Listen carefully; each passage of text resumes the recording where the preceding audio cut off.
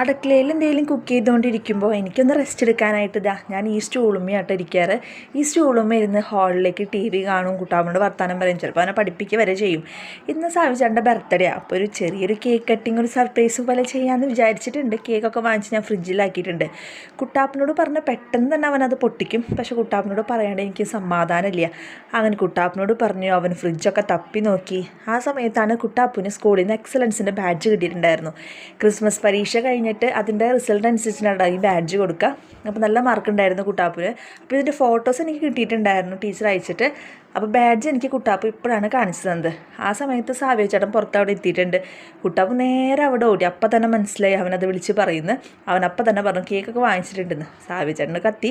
പിന്നെ സാവ്യ ചേട്ടൻ ഒന്നും അറിയാത്ത പോലെ എന്നെ വിഷമിപ്പിക്കേണ്ടെന്ന് വെച്ചിട്ട് നടന്നു വന്നു. കുട്ടാപ്പിന് ഇതുപോലെ ഒരു കുടുക്കയുണ്ട് കേട്ടോ.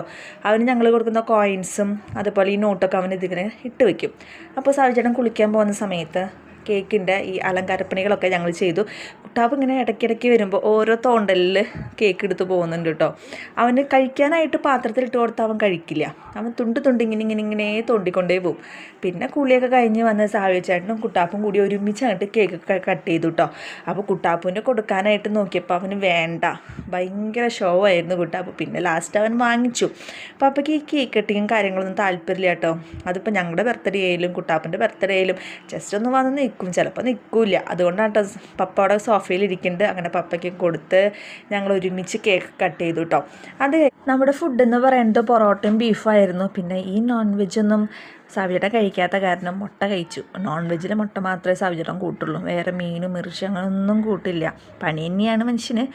അങ്ങനെ ദേ പൊറോട്ടയും ബീഫൊക്കെ നമ്മൾ ഇങ്ങനെ പ്ലേറ്റിലേക്ക് മാറ്റിക്കൊണ്ടിരിക്കുകയാണ്. നമ്മളത് ആസ്വദിച്ച് കഴിച്ചുകൊണ്ടിരിക്കുകയാണ്.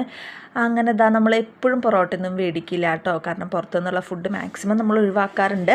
പപ്പയ്ക്കൊന്നും പുറത്തുനിന്ന് ഇങ്ങനെ ഫുഡ് വാങ്ങിക്കുന്നതൊന്നും വലിയ ഇഷ്ടമല്ലേ. പിന്നെ ഇതുപോലത്തെ ഇങ്ങനെ ഓരോ ഒക്കേഷനിൽ നമ്മൾ മേടിക്കും. അങ്ങനെ നമ്മൾ ഒരുമിച്ച് പൊറോട്ടയും ബീഫും കഴിച്ചിങ്ങനെ ഇരിക്കുകയാണ്. അപ്പോൾ ചെറിയൊരു സെലിബ്രേഷനായിരുന്നു. സാവിചേട്ടൻ ഇതുപോലത്തെ സെലിബ്രേഷൻസൊക്കെ ഇഷ്ടമാണ്. അപ്പോൾ അതേ കുറച്ച് കേക്കുമായിട്ട്